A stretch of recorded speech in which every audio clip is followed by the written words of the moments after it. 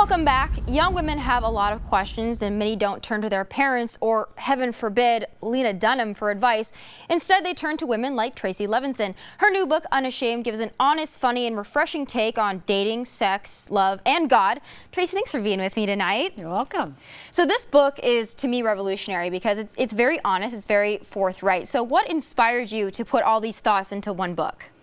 I was mentoring a whole bunch of girls, and they always would ask me questions about dating and breakups, and they wanted to know if they were in love, and they would ask me questions, texting me, emailing me, and I just found myself answering all their questions. And then one day I just asked them to ask me any question they wanted to ask, including sex, which is a very hot topic, and I got flooded with so many questions.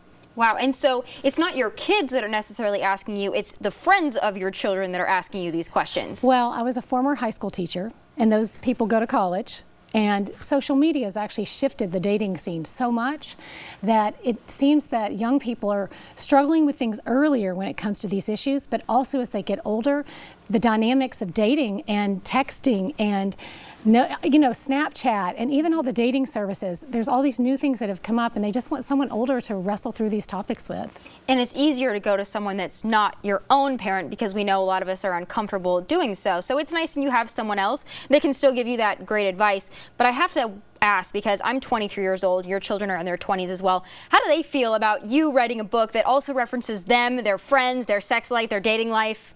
What do they think? Well, it's a little embarrassing, but one of the things that was important to me as a mom is that my kids would look forward to someday being married and being in a healthy relationship. And so I actually wanted them to think sex was fun.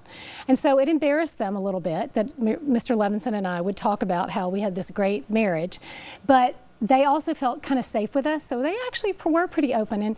And I do talk about some pretty provocative things in this book. I mean, one of the big issues that people struggle with and parents do with their kids is porn. We talk about that.